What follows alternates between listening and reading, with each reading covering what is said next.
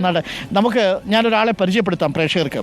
നിങ്ങൾ ഏറെക്കാലമായി കേൾക്കുന്ന ഒരു ആശയമാണ് ഈ കോഴിക്കോട് നിന്നും വയനാട്ടിലേക്കും വയനാട്ടിൽ നിന്ന് കോഴിക്കോട്ടേക്കുമുള്ള ചുരം പാതയല്ലാതെ ഒരു ബദൽ പാതയെക്കുറിച്ച് നിങ്ങൾ കേൾക്കുന്നുണ്ട്. ആ ബദൽ പാത യഥാർത്ഥത്തിൽ തുടങ്ങുന്ന വയനാട്ടിലെ ഒരു പ്രധാനപ്പെട്ട സ്ഥലമാണ് നമ്മൾ ഈ നിൽക്കുന്ന പടിഞ്ഞാറത്തറ എന്ന് പറയുന്നത്. പടിഞ്ഞാറത്തറ പൂഴിത്തോട് എന്ന് പറയുന്ന ഒരു ബദൽ പാതയുണ്ട്. ആ ബദൽ പാത നിർമ്മാണം ഇതുവരെയും പൂർത്തിയാക്കിയിട്ടില്ലെന്ന് മാത്രമല്ല, സർക്കാർ യഥാർത്ഥത്തിൽ കണ്ണടച്ചിരിക്കുകയാണ് എന്നാണ് നാട്ടുകാർ പറയുന്നത്. അതിലൊരു ഇടപെടൽ ആവശ്യമുണ്ട് എന്നത് ഈ ഘട്ടത്തിൽ ഈ നാട്ടുകാർ ഉയർത്തുന്ന ഒരു പ്രധാനപ്പെട്ട കാര്യമാണ്. അത് കുറേ നാളായിട്ട് ഇവിടെ ഒരു സമരം നടത്തുന്നുണ്ട്. ഒരു റിലേ സമരപ്പന്തൽ ഇവിടെ ഒരുങ്ങിയിട്ടുണ്ട്. ആ റിലേ സമരപ്പന്തലാണ് പ്രേക്ഷകർ കാണുന്നത്. കോഴിക്കോട്, വയനാട്, ബാംഗ്ലൂർ, പൂഴിത്തോട്, പടിഞ്ഞാറത്തറ ചുരമില്ലാ പാത SH54 പൂർത്തിയാക്കുവോളം ഈ പന്തൽ ഇവിടെ ഉണ്ടാകും എന്നാണ് പറയുന്നത്. അതിന് നേതൃത്വം കൊടുക്കുന്ന ഒരാൾ നമുക്കിപ്പം ഉണ്ട്. അദ്ദേഹത്തിൻ്റെ പേര് കമൽ അല്ലേ? കമൽ നമുക്കിപ്പോൾ ഉണ്ട്. കമൽ, നമസ്കാരം. കമലിന് പക്ഷേ നമ്മളെപ്പോലെ ഇറങ്ങി പുറത്തേക്ക് വരിക സാധ്യമല്ല ഈ ഘട്ടത്തിൽ. കാരണം കമലിന് ചെറിയൊരു ശാരീരിക പ്രശ്നമുണ്ട്. പക്ഷേ അതിനേക്കാളപ്പുറം കമൽ ഈ ഒരു സമരത്തിനോടൊപ്പം നിൽക്കുന്നൊരു മനുഷ്യനാണ്. കമൽ എത്ര കാലമായിട്ട് ഈ സമരത്തിൻ്റെ മുൻനിരയിലുണ്ട്? 9 വർഷമായിട്ട് സജീവമായിട്ട്.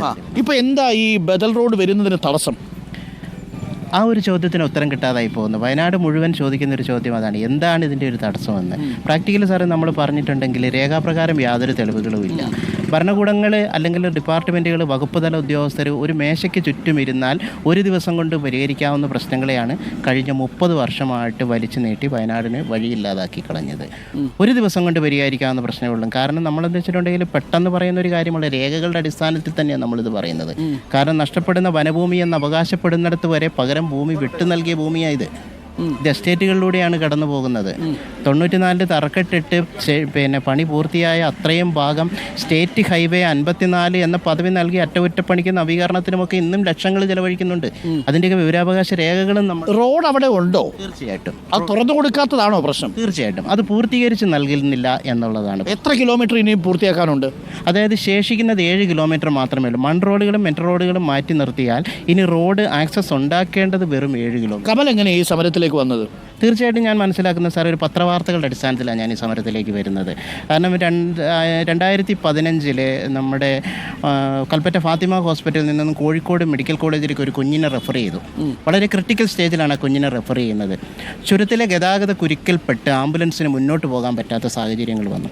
അന്ന് റെസ്ക്യൂ ടീമുകളും വളണ്ടിയർമാരും ഒക്കെ വളരെ ശ്രമകരമായിട്ട് ഈ ആംബുലൻസ് തള്ളി നീക്കിയൊക്കെയാണ് ഈ ബ്ലോക്കിൽ നിന്ന് പുറത്ത് കിടത്തുന്നത്. പക്ഷേ മണിക്കൂറുകൾക്കകം വന്ന വാർത്ത എന്താണെന്ന് വെച്ചിട്ടുണ്ടെങ്കിൽ അടിവാരത്തെത്തിയപ്പോഴത്തേക്ക് ഈ കുഞ്ഞ് മരിച്ചു എന്നുള്ളതാണ്. പിന്നീട് ഞാൻ ഇവരുടെ മാതാപിതാക്കളെയൊക്കെ ഞാൻ നേരിൽ പോയി കാണുന്നുണ്ട്. ഹൃദയഭേദകമെന്നേ പറയാനുള്ളൂ. അപ്പം ഞാനെടുത്ത ഒരു തീരുമാനമുണ്ടായിരുന്നു, നാളെ ഒരു കുഞ്ഞുങ്ങൾക്ക്, ഒരു മാതാപിതാക്കൾക്ക് അല്ലെങ്കിൽ നമ്മുടെ സഹോദരങ്ങൾക്ക് ഇത്തരത്തിലുള്ളൊരു സാഹചര്യങ്ങൾ വരരുത്.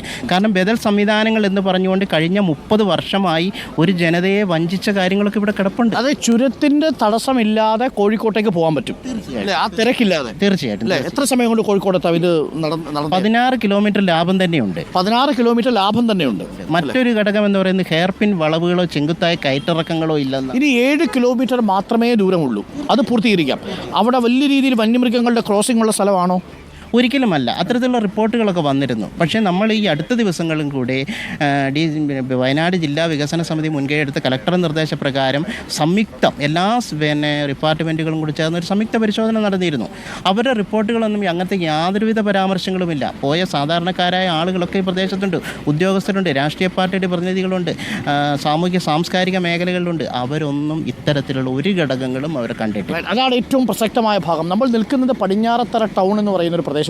ഈ പടിഞ്ഞാറത്തറ മുതൽ ഈ പൂഴിത്തോട് വരെയുള്ള പ്രദേശം ഈ ഒരു ബദൽ പാതയായിട്ട് അറിയപ്പെടുന്നതാണ്. വയനാട്ടിലെ മക്കൾക്ക് ആശുപത്രി സൗകര്യമാണെങ്കിലും കോഴിക്കോട്ട് പോകാനാണെങ്കിലും ബാംഗ്ലൂരിലേക്കുള്ള യാത്രക്കാർക്ക് പോലും അവർക്ക് വലിയ രീതിയിൽ ചുരത്തിൽ കുടുങ്ങിക്കിടക്കാതെ സഞ്ചരിക്കാൻ കഴിയുന്ന പാത ഇനി 7 കിലോമീറ്റർ കൂടി മാത്രം പൂർത്തീകരിച്ചാൽ ആ ബദൽ പാത യാഥാർത്ഥ്യമാകും. പക്ഷേ ബദൽ പാത യാഥാർത്ഥ്യമാകാനിരിക്കെ എന്തുകൊണ്ടാണ് സർക്കാർ കഴിഞ്ഞ് എത്ര വർഷമായി ഇതിപ്പം മുടങ്ങിക്കിടക്കുന്നു?